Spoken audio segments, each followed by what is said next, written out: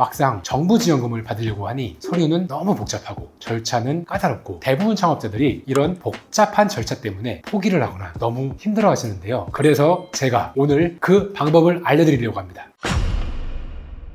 안녕하세요. 사업파의 마이더스의 손 최재인 팀장입니다. 오늘은 제조업을 창업해서 2억 원까지 청년 창업 자금으로 딱 2개월 만에 승인받는 비법을 알려드리겠습니다. 왜 창업하려고 하면은 초기 비용이 많이 들어가잖아요. 근데 억 단위로 받는 거는 쉽지 않습니다. 그 비법을 아낌없이 공개하겠습니다. 이 영상을 끝까지 보시면 여러분들도 2억 원을 손에 넣고 사업을 성공적으로 시작하는 방법을 완벽히 알 수 있을 겁니다. 자, 여러분, 창업을 준비하면서 가장 큰 벽은 뭐라고 생각하시나요? 바로 자금 문제죠. 특히 제조업처럼 초기 투자 비용이 많이 들어가는 업종이라면 더욱 그렇습니다. 막상 정부 지원금을 받으려고 하니 서류는 너무 복잡하고 절차는 까다롭고 이런 고민해 보신 적 있으시죠? 그런 고민이 전혀 없었다는 건 이 영상을 보고 있지도 않으시겠죠. 사실 대부분 창업자들이 이런 복잡한 절차 때문에 포기를 하거나 너무 힘들어 하시는데요. 정작 제대로 된 방법을 알려주는 곳은 별로 없습니다. 그래서 제가 오늘 그 방법을 알려드리려고 합니다. 진행했던 사례를 토대로 어떻게 했는지 말씀드리겠습니다. 저희가 진행했던 업체 중에 장이차, 특장차 제조업 대표님이 있었는데요. 이분은 사업을 오픈하자마자 월 매출 2억씩 만들어지는 사업이었어요. 제가 처음 만났을 때 5명의 함께 하시는 분들과 미팅을 하게 되었는데요. 법인으로 설립하고 시작하고 싶다는 사업장이었습니다. 그래서 오히려 좋은 선택이다. 왜? 법인을 더 선호하거든요. 하지만 중요한 거는요. 사업자를 낼 때 그냥 막 내면 안 됩니다. 정부에서 지원하는 결을 맞춰야 합니다. 그게 뭐냐면 정부 지원 사업자 코드입니다. 그래서 첫 번째 단계로 법인 사업자를 설립했는데요. 그냥 설립한 게 아니고 자본금을 맞추고 정부에서 지원하는 업종도 맞췄습니다. 제조업이라고 해서 다 같은 제조업이 아닙니다. 거기에 보면은 숫자가 써 있거든요. 그걸 정부가 지원하는 코드라고 합니다. 그 부분의 결을 맞추고 자본금도 일정 수준이 넘어야 합니다. 그리고 주주 구성, 비율도 중요합니다. 이 구성을 철저히 준비했습니다. 여러분들도 사업자 설립하실 때 정부 지원금을 받을 수 있도록 기초를 탄탄하게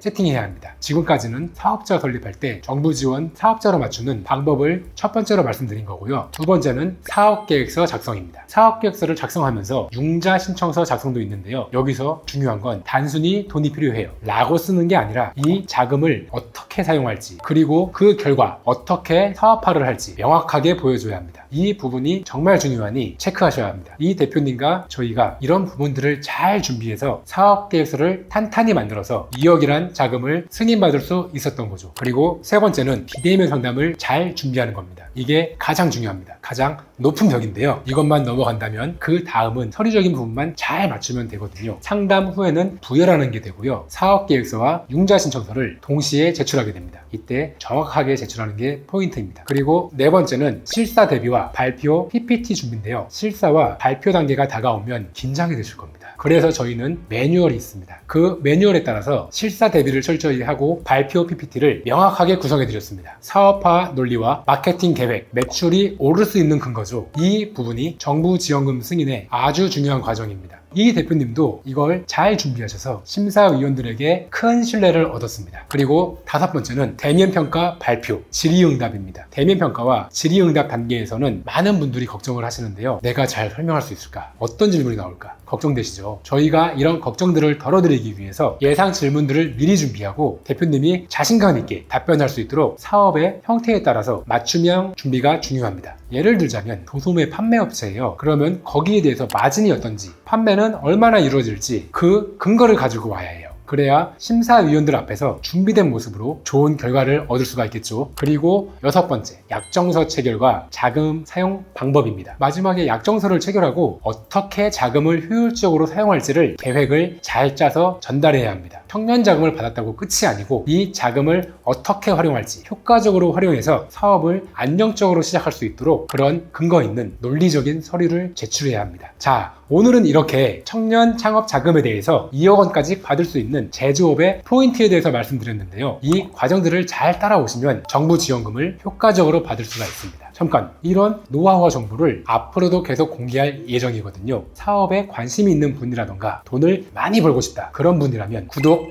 좋아요 부탁드리고요. 그리고 혼자 준비하시면은 정부 지원에는 정부가 바라보는 전망 있는 산업으로 보이게 꾸며야 하거든요. 이게 혼자서 하기가 쉽지가 않습니다. 그래서 상담이 필요하신 분들에게 밑에 링크 남겨드렸거든요. 무료 상담 이벤트니 편하게 문의 남겨주세요. 자, 오늘 이렇게 유익한 정보를 알려드렸으니 다음에는 더 좋은 컨텐츠로 만날게요. 사업화의 마이더스의 손 정대표 채널의 최재인 팀장이었습니다. 안녕.